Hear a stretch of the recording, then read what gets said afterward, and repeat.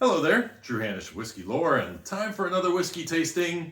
Doing a bourbon today, going for a historic brand. I've sort of tilted the label here because this label is metallic and it is somewhat intense with light shining on it. So I will find a way to show this to you to where we don't get too much of a shine off of it. This is the Fortuna Kentucky Straight Bourbon Whiskey. It is made by a company called Rare Character. You've probably seen some of their bottles on the shelf. You've probably seen this bottle on the shelf and wondered what the heck is going on here, because it's not got like an ultra modern label to it. It has a very interesting old school feeling kind of a logo on it. And so this is a historic brand revived. And its story goes all the way back to the Stitzel brothers. Now this is before Stitzel Weller. This is going back into the 1870s. And these two brothers started up a distillery. Eventually, they started making whiskey for a guy named Philip Hollenbach. And Philip had some brands, Glencoe, and at a certain point he came out with Fortuna as another brand, and eventually bought into the distillery. So when we think of Stitzel Weller and the distillery that is there now, the one that's associated with Pappy Van Winkle and Weller and the rest, it's not the same distillery. This was called the Glencoe Distillery, and it was in Louisville, but it was owned by Philip Hollenbach for some time, and then this became one of the major brands that was sold out of there. Now I'll go deep into a history on this brand at some point. This bottle has been sitting on my shelf for a long time, so it is time for me to actually go in and do a nosing and tasting on this whiskey for you. Now, it's 102 proof, so 51% alcohol by volume. Looking right now, the big retailers seem to be selling this around $100 a bottle. And it's a 6-year-old whiskey. Not sure what the mash bill is on this. It is a sourced whiskey. They do not make their own whiskey. They source the barrels, and they do source some from Indiana, but this is actually sourced from a Kentucky distillery, and not sure which one.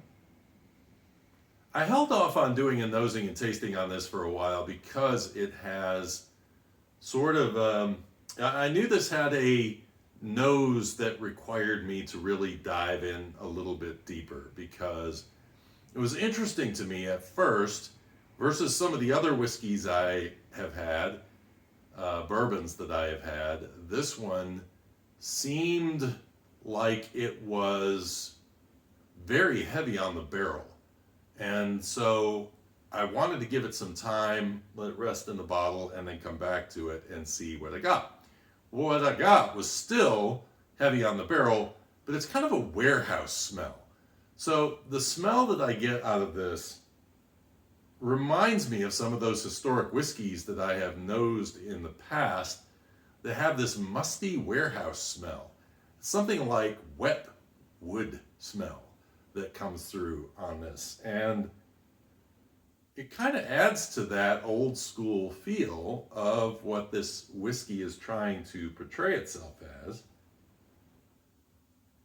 But then the vanilla in it is sort of bright and fragrant. So that almost kind of knocks you back into a current world instead of being back there in a musty old warehouse. There's also kind of a powdery spice note. I don't know why I say powdery, because I don't know how you smell powdery. Maybe I'm thinking of like talcum powder or something like that.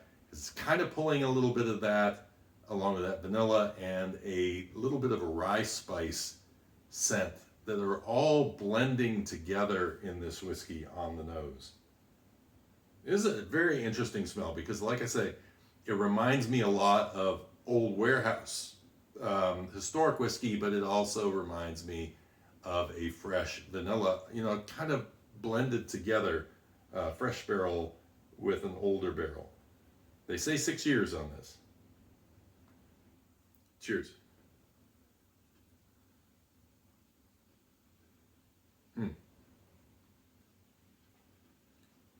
So on the palate, the vanilla is there, and the rye spice comes through quite a bit. Definitely a strong note of rye spice and pepperiness that comes in at the end.